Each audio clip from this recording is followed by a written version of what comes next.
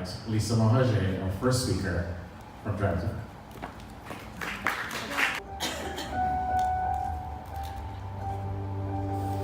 Hey everyone, I'm Lisa Mohager. A few years ago, before starting my journey, I actually found myself in a spot I really didn't expect to be in. I was a single mom, I was alone, I was lost, I was overweight, and I was flat broke. When I got signed up to start my own online marketing company, I never expected my life to change the way it has. From the physical side of things, having lost 60 pounds, to quitting my full-time job, to moving Tira and I to Atlanta from our little town in central Illinois, where I actually met the love of my life, Haj. And today we just live an amazing life. Thanks to Beachbody, I have more time to spend with my family. I feel confident, I feel happy, I feel excited to wake up every morning. Like I have a purpose, like my life matters. Financial side isn't so bad as well. Having to have hoped to make $100 a month, having earned almost $2 million in 6 years is pretty incredible. So thanks to Beachbody, we are living our dream life. I really believe anybody can do this business. If I did it in the middle of nowhere, surrounded by cornfields, having no experience, being scared to death to talk in front of people, having the feeling that nobody's going to join my team. If I can do it, you can do it. And I really believe that if your why is big enough and you want it bad enough, you're going to find a way to make it happen.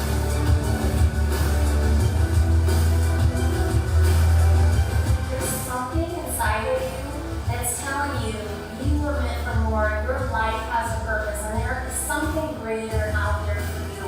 So right now, we're crossing the line in the sand. You're not going back. You're going to do great things with your life, and it starts right here, right now, today. So let's get going.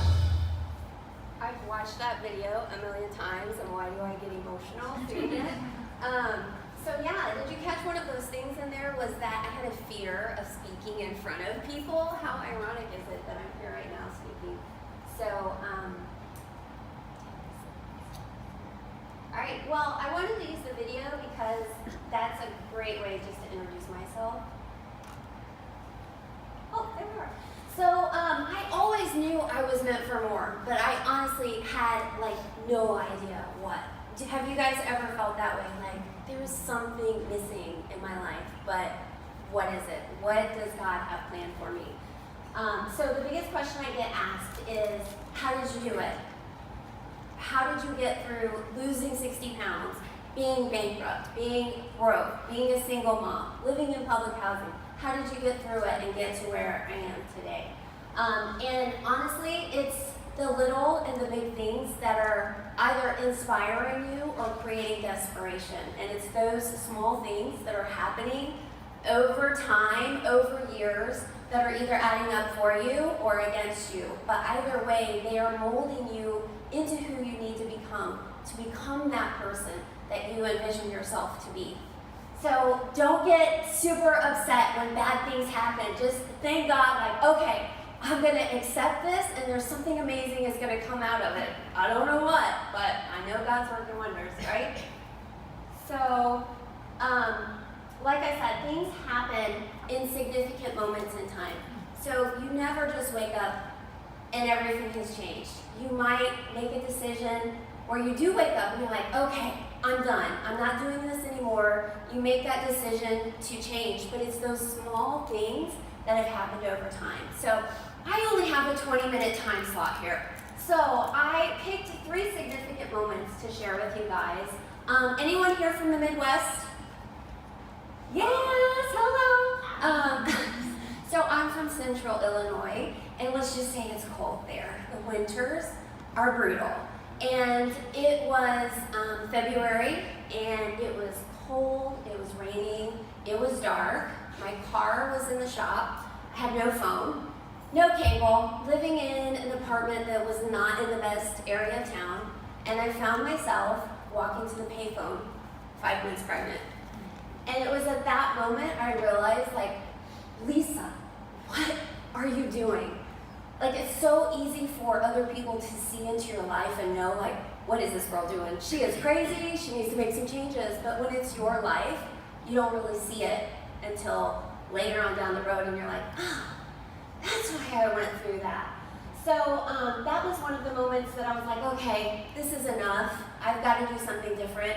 And that was kind of the point that led me to filing to get into public housing and getting on public aid so that I could be ready when my daughter got there to take care of her.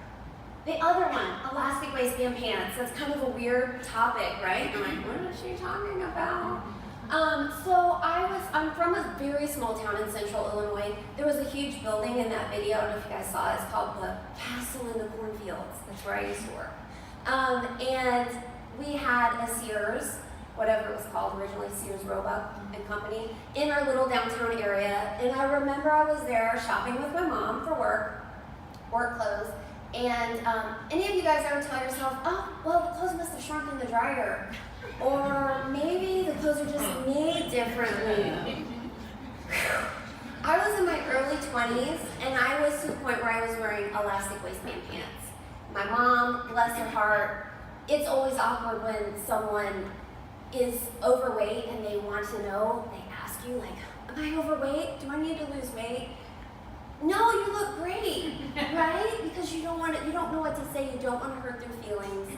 My mom, I think the clothes are just made differently. It's probably the brand. And I'm like, elastic waistband pants, Mom. Like, what? No, I don't think so. So it was that one moment that I was like, okay, this is it. Like, I do not want to go shopping and feel miserable. I don't want to look in the mirror and not want to look in the mirror. You know, like when you're in the store and they have all these mirrors and you walk by, I am still to this day not the person to look in that mirror and check myself out.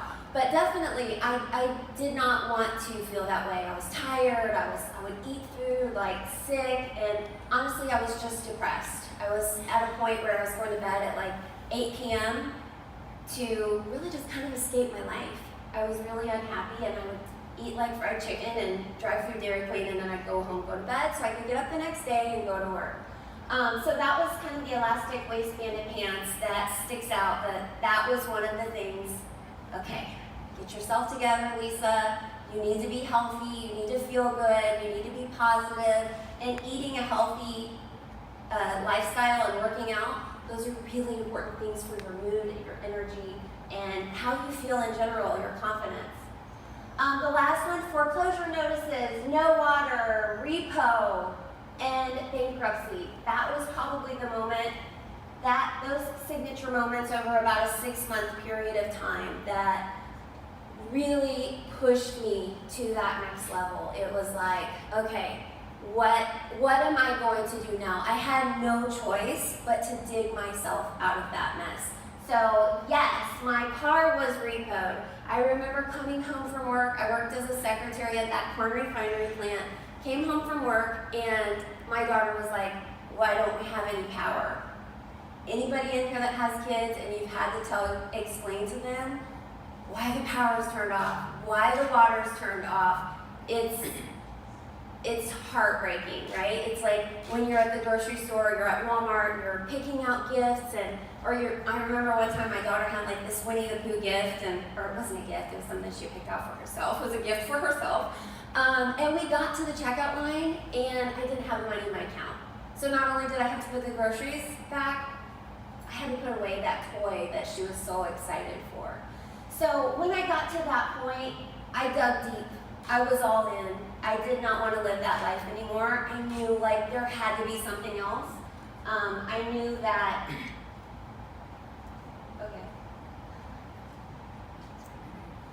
okay, I'm just making sure you guys are awake. That's the inside. Right. So you get to the point where you get to choose when enough is enough. You get to choose when your heart is done, right? Because we are in situations where our heart isn't done yet, and we're still there, and we're still in that mess. But the beautiful thing about the adversities that you might be going through today or the adversities that you've experienced in the past is that you get to change. You get to choose if you want to do something different. For me, I always knew I wasn't doing what I was supposed to be doing. I knew I wasn't supposed to be at that cornfield or that corn refinery plant. I took my husband there to Illinois the first time, and he's like, "What is that smell?" Well, growing up, they told me that's the smell of money. It's the corn refinery plant. But I knew I just wasn't living where I was supposed to be living. I wasn't doing what I was supposed to be doing. And 7 years ago, I moved to Atlanta, and my life has changed ever since. All right, so I think the biggest piece of advice is don't wait for the perfect moment. That's most people's thing, right? They're waiting for that perfect moment. There is no perfect moment. Like, you have to go out there and create it. It's up to you to make it happen because nobody else is going to do it for you. And if they do, it's not going to feel good. So you have to be the one to know that your life has purpose, know that you were made for more. Whatever that thing is on your heart that keeps you up at night or wakes you up in the morning that God's placed on your heart, you gotta go after it. You gotta be all in. Since update from the video, we do have a new second addition to our family, our two chows, Bentley and Sophie. Our daughter's all grown up now. She's gonna be 22. And of course my husband, Paj, who's seated here in the front row. But here's the deal, guys. If nothing changes, nothing changes. So if there's something in your life that you're wanting to change, if you don't do something different, nothing different is going to happen. So you've got to make changes and really just decide that you're all in. You're all in. You're going all in. You're sick and tired. You're drawing a line in the sand. You're not going back. So a lot of times people say, tomorrow, or, I'm tired of doing this, but they don't make changes. So I want to encourage you guys all that whatever it is that's inside of you, to make that decision to do something different. And, just say to your neighbor right now, like, I'm doing this. I am done. Like, I am all in. I'm on it, right? So just some few tips on how to get started living the life of your dreams. And you guys are all entrepreneurs, you guys are all here, you guys are all moving in that right direction, which is amazing. Hopefully you're living out your passion and your purpose. But decide, what is it that you want to do? What is your goal? What are you working towards? Is it to live on West Paces Ferry in that house down the street? Or it's not really a house, it's a mansion. Or, is it to drive that Lamborghini or that one Bugatti? What's the new Bugatti that just came out and they made one? My husband's There's only one of them. Yeah, there's only one. But it's amazing. So whatever it is that you want, decide what that is and determine if you're willing to work for it. Because you're going to have to work hard. You're going to have to get up in the morning. You're going to have to do your personal development. You're going to have to network. You're going to have to talk to that one last client. You're going to have to follow up with one more bride. You're going to have to talk to that photographer. You're going to have to take that extra step to make sure that you are making things happen. Create an action plan and personal growth plan. What obstacles do you need to overcome in your life right now so that you can make that happen? Because if you have garbage in your life, if you have junk in your life, if you have crap in your life, you're never going to get past it unless you deal with that first. So create an action plan and personal growth plan. Use your resources. Amazing group of resources right here tonight, right? So use your resources. Who do you know? Who can help you? Focus on your strengths, and where you're weak, find someone else that can help you accomplish that goal. Again, your personal growth plan, you gotta wake up, guys. You gotta do your personal development. Before starting my own business, the only books I read were Danielle Steele. Romance novels. So that was a huge thing because I was told early on in my business that your business and your life is only going to grow as much as you do. So if you're not growing, your life's not growing, your business isn't growing. So take that extra 10, 20 minutes, put on your audio while you're on that treadmill. Maybe you want to do an at-home workout, we can set you up with that. No, I'm not pitching anything.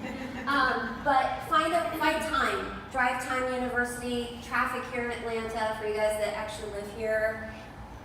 It's crazy, I'm so blessed to work from home. But get up, get to work, show up even when you don't feel like it. That's the only way you're going to get ahead. And that's it, guys. Thanks so much for your time. I hope this was helpful. I hope you guys were inspired, and I hope you guys all go out there and do great things.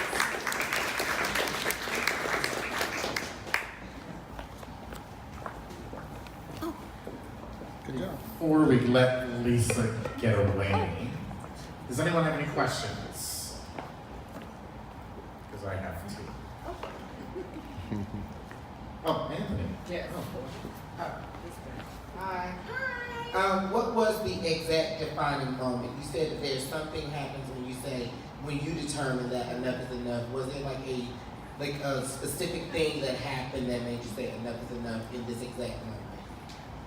There were actually several moments that I remember, like I said, I got a lot of significant moments here, and I actually shared one with Sandy at an event before, and I remember I was just like, something has to change, and I was sleeping in a twin mattress, twin bed, and I woke up that morning and literally the light was shining in the window, and I knew, I was like, okay, it's gonna be okay, everything is gonna be okay.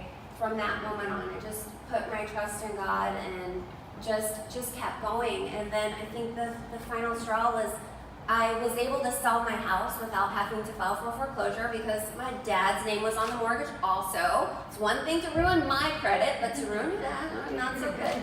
And so I was able to sell the house, and Tara and I ended up moving into kind of a dark, dingy, gross apartment. And at that time, I was sleeping on a mattress on the floor, and I was like, this is stupid.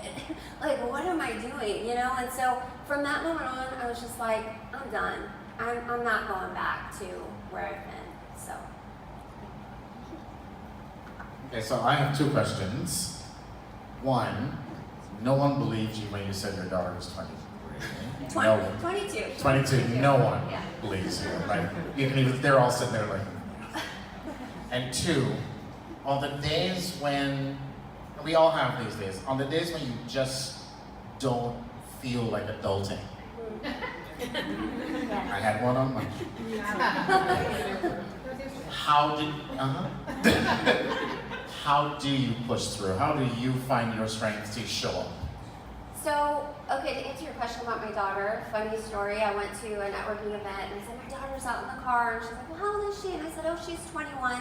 She thought I meant 21 months. Like, I left the baby out in the car. I'm like, I'm 21 years old. But as far as answering your question, your day actually starts the night before.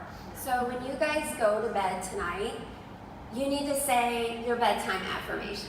I know some of this sounds so, like, silly, but it really is going to make a huge difference in your day the next day. So knowing what time you're setting your alarm clock for, knowing exactly what you're going to do in that first 30 minutes, first hour, and going to bed, as I can tell you, I'm like, I'm going to wake up early and I'm going to have so much energy no matter how much time I sleep, how much hours of sleep I get. I'm going to wake up and I'm going to have so much energy. It's going to be a really great day tomorrow. He's like, sounds good.